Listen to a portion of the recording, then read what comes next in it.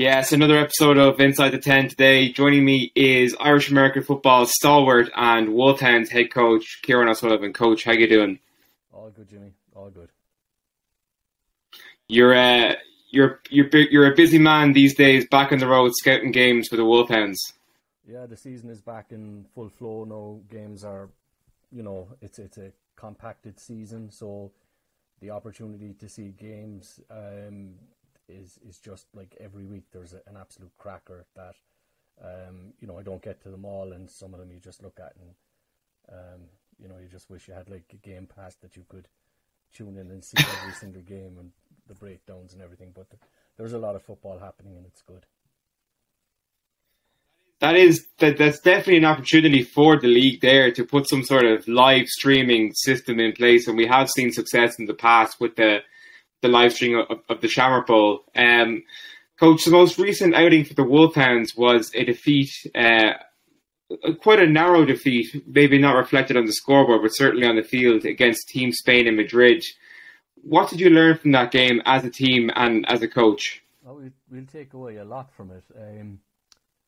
We've obviously reviewed the tape and we're going over it, but one of the things that it gets a bit tiresome when you're listening to other coaches and other coaches talking about defeats. They get into this sort of coach speak, if you like. We lost the game fair and square against a very good team, and it showed us the bar is set a little bit higher than we expected going into it. It showed us that everybody has to have a good day when you're up against a team like that at this level. There's no room for complacency. But also we learned a lot about, how we need to travel and improve on how we travel as a team. Now, that's not the logistics or just the logistics of, the plane ride, the bus and so on, but the mentality of it, that there were quite a few late obstacles that arose, or, you could call them psychological landmines or whatever you want to call it. And they kind of arose from lunchtime on game day. And, it was tough then to overcome those in a short space of time. So we need to be a little bit harder, a little bit tougher psychologically going into these games. Just to make sure these things don't trip us up or affect us. Yeah, the psychological element is certainly a key factor. Do you think yourself that the time difference or the gap between international fixtures and maybe the gap between the team being together as a unit had an effect on the outcome of the game? No, I think we prepared for it really well. Where it's having an impact is not having a follow-up game quickly. If you think about it, we're all used to club football. It's the majority of our football after all. And, you have a bad game with your club, you just cycle back into a game in the following couple of weeks so that your review is done. So our review was done in the same way. You can't replay a game just like a club game. We can't go back and start over. We have to prepare for the next opponent. So our next opponent isn't until August. So, that's something that we're having to deal with, that we don't get that ability to get back out on the field and set things right or test ourselves again. And that's where it's hard. Not so much in the run up to the game, because it was our first ever European Championship game. So, and COVID and everything else that came before it, we were kind of everybody was coming into it cold, to be honest. But certainly afterwards, we need this game, this upcoming game. It would have been nice if it was sooner, but that's the cycle we're on with the European Championships. Yeah, and that's almost a gap of a year between the European Championship game against Spain and the next one, which is scheduled for August 5th, I believe. But it is a home game, so hopefully we'll get a good crowd down to support you. Do you have any idea who your opposition will be yet? It's Turkey. Oh, very good. So it's like the group we were in was Spain, Israel, and Turkey ourselves, and then there were other teams that were affected by the war in Ukraine, that situation. So other people in our division kind of had to drop out previously. So it's a smaller division this time around. But yeah, it's Turkey. So you're 4.5 months out now.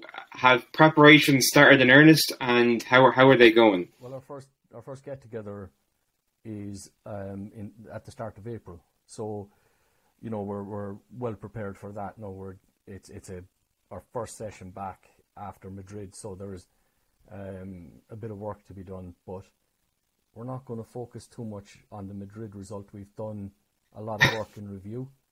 We know what we took out of it. We know what, you know, we need to adjust in terms of scheme and you know, what the players need to adjust to. So we've covered all that. So we're going into this, as I said, we're looking forward to getting back together as a unit.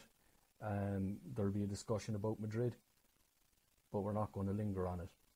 You know, we need to move on. We've got a very important game and a compact domestic season as well. So while we get together in April, we're not going to get together again until after the Shamrock Bowl. So, you know, it's an important. So it is quite a lead time. So this year we're going to see a junior Wolfhound side featuring in the Global Ireland Football Tournament against I believe it's a US high school team. But how important is it to have that youth program to feed into ultimately the senior program and develop those players for senior international football? Isn't it? It's like vital. It's absolutely vital. If you just look at the weekend past with, you know, rugby and the Irish setup, the one thing that every international commentator is talking about when they discuss how functional and strong Ireland are at all levels is the youth game and how they feed into it, how our youth structures in rugby are solid, how our competitions for that age group are solid, and it's a feeder then into the senior group. Now, we're kind of coming at it from the other way around. So we've got established senior setup, we've got established senior coaching, and the youth coaching is a fledgling outfit at the moment, you know. Like I've been to the youth football games last autumn, and the finals were, you know, they're fantastic. The talent there is amazing, but it's a very narrow base. So if you'd imagine, it's like the pyramid is upside down, with the larger bar across the top being the senior setup, and the very narrow pinnacle is at the bottom. So we need to work to broaden the base of youth football, and the under-19 Wolfhounds team will be a driver for that. But it also provides an opportunity for players who are playing senior football and still meet the underage requirement for the under-19s, you know, that they might need a bit more experience. But still, if you've got a kid who's playing league football in any of the AFI senior leagues, you know, they're getting a good grounding. And if their age limit is, you know, if they're eligible, they'd be a great addition as well, and it gives them somewhere to go and shows them, you know, a kind of a foot in the door to what the Wolfhounds program is all about. So it's just win after win for this program. And, you know, Coach Lemazny is a great coach, great guy, and, you know, I'd say the kids who are going to be working with him and his coaches on that program, they're going to learn so much in the run-up to the game in Donnybrook. And is that an area of focus for you, developing the youth element of American football in Ireland? Is that something that needs more focus from the league and from the international program as well? Well, I think from teams, you know, like we've seen, again, looking at Cork and how solid they've been over the last number of years, they've run a youth program that's been fairly well dominant in their age group. And those guys are now starting to feed into their senior team. You know, and that's exactly the way it should be, you know. And if we can replicate that across even half the clubs in AFI, you're looking at a very healthy future for the game and a very healthy future for our international team as well, both under-19 and senior. It has to be a focus for clubs going forward. You know, it's probably the big miss that we've had over the last, forever, basically, this is like there were attempts at youth football previously, but this is the first serious attempt at youth football in the last couple of years, the way the league was run. Yeah. I know Coach Doherty in Mullingar, he was working on it as a member of the board and driving it forward. And as I said, the work done by coaches in some of the programs, the Panthers, the Knights, the Vipers, there's been some really solid work done. Kildare were really strong with youth football going back over a longer period of time. So we need to push it on. We can't just have 4 or 5 teams out of a 20 plus teams providing youth football outlets. So with the growing pipeline of youth players coming through, there must be, and indeed the senior players who are new-ish to the sport are emerging as talent. There must be some stiff competition for spots on the squad at the minute. Yeah, the senior squad it's a senior squad you're talking about, is it? Yes, yeah. The senior squad, it's a talented group. The remit really is for players at this point, coming in, is that they have to set a higher standard than our depth and be at a level that they are competing for starting roles, which is a high bar to grasp. So we're seeing it out there, though. That's the amazing thing. Like, players are becoming technically better. They're fitter, stronger, faster. Just looking at the Team Spain, they were made up almost entirely of 2 groups. So they were made up of the Barcelona European team, like a majority of the squad came from there, and the Spain under-19s team. Okay. So you can see that the impact that had. So that's, they found that's an interesting way to go about it in terms of team selection, and it was successful for them. But we need to look at it and say, right, we will accept younger guys coming in, and if they've had a grounding from Coach Lemazny and their club coaches at youth football level, so they're coming to us at 19, but they may have played 4 years of football at that stage. Yeah, they're good enough, they're fast enough, and they're football smart enough. That's kind of the dream when you're feeding in younger guys who have the ability to challenge. That's brilliant. So the 2 games against Belgium were quote unquote friendly games. The game against Spain and the upcoming game against Turkey, they're for keeps. So is there a different psychological approach in how you face these games, or how you approach these games in the preparation? No. Like a friendly game is basically, what would you say? Like it's still a game of American football. Like, everything between the whistles, everything in the run up to it is exactly the same. It's only what happens after the game is different. In other words, it mightn't necessarily impact on your league standing or championship standing. There's less at stake at that level. But if you think back to what was at stake in Navan for the first game, so we were successful in that game, and we did a lot of things extremely well, and we showed that we could compete at an international level with a really good Belgian team that went on to have several wins in Europe after playing us.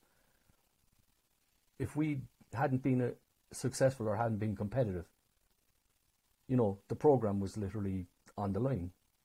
So competing in the European Championship is high stakes, but the actual existence of your national team, that's a lot higher.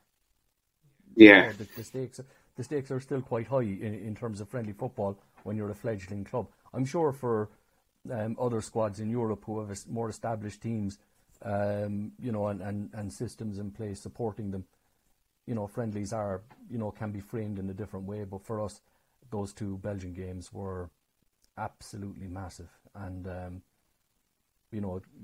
setting a foundation, showing people what we're capable of. So many positives came out of them, but it has to be remembered that before each game, as confident as we were in our ability to compete, the result was up for grabs. I mean, both games were won on a 1-score margin. So, and I think you'd have probably had if there were bookies involved, the spread might have been interesting to see what the odds were, and what we'd have had to have done to, even if we'd have lost those games, what we'd have had to have done to establish ourselves in the same way, like what would have been acceptable in terms of a loss for people looking at the program and seeing if it was viable. Yeah. And how do you envision the national team, the Wolfhounds program, growing over the next 5 to 10 years? What's the vision? Well, really, it's the European football cycle. So, there's massive opportunities this year, just caused by numbers of teams who aren't competing. So teams that would normally be competing, even with the Ukraine situation aside, so like the Dutch and the Belgian, haven't competed this cycle. So the seeding should be improved for next cycle. And what you would hope for is a real charge on promotion. So playing more games in the European cycle when it's back to its full capacity or full number of teams would be great. But pushing then to be in the promotion battle and to push on and see if you can even become more established. That's the goal over probably 6 years because of the 2-year cycle. So, you just look at it and you say, well, where are we going to go? Where are we going to go from here? And, we weren't a million miles away from Spain.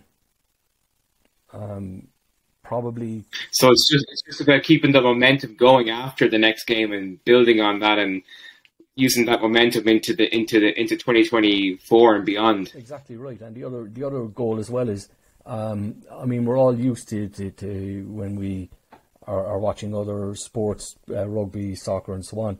We're all used to like the international break, international competitions being on the calendar, getting into a cycle and a routine with that, and that's something we as an association have to get used to as well. Yeah. It's a strange thing to turn around to the clubs and say we have an international break, the second weekend in April. We've only ever had one before. And what does that mean? And, how can teams prepare and plan for that? And you'll see in other sports and codes where teams strategically plan around these breaks and use them to as a reset button for players who aren't involved in the international setup. And it gives them a bit of space in a congested schedule to be able to work on other things. So hopefully the clubs will benefit, almost as a secondary benefit from the international break when it becomes just part of the regular cycle and we're used to it, So us getting used to the international breaks as an association and then pushing for promotion, they'd be the two major goals. You've been involved in American football in Ireland for a considerable amount of time now. What's your favourite football memory from your time? Is that you calling me old? I wouldn't dream of it. I have so many fantastic memories, over the years, and it's some of them are just the people that you work with as a coach. So last summer I'm in Glengarriff having a meal, outdoor dining, and I hear somebody saying coach from the street, and you turn around and it's Sean Leamy, who I haven't seen in years, and he was part of the underage team that was successful against the Manitoba Falcons way back in the very first gift tournaments. Yeah. And it's the people basically. A lot of the memories are based on people. So many fantastic games that I've seen, and individual plays. You just look at sort of comeback wins that Andy Dennehy constructed. You're looking at something of a different level. One of the games that stood out was the Rebels versus the Belfast Bulls in Belfast's Shamrock Bowl, and that went down to a goal line stand on the last play. two amazing teams at the time. You know, brilliant players on both sides. Two of the best running backs to ever play the game, Aaron Wagner and Brian Dennehy. You know, those guys going head to head for all the marbles, and the entire team coming up to make massive plays to get into a position to be competitive. I think the lead changed a couple of times in the last few minutes of that game. You know, they're like, I get excited about football and I think of all of those things. You know, you think of, you know, young guys that you see for the first time learning how to play football as a club coach, and then you see them go on to be successful in Shamrock Bowls. But then, you know, you get to the next phase where you see them go on to be successful in life.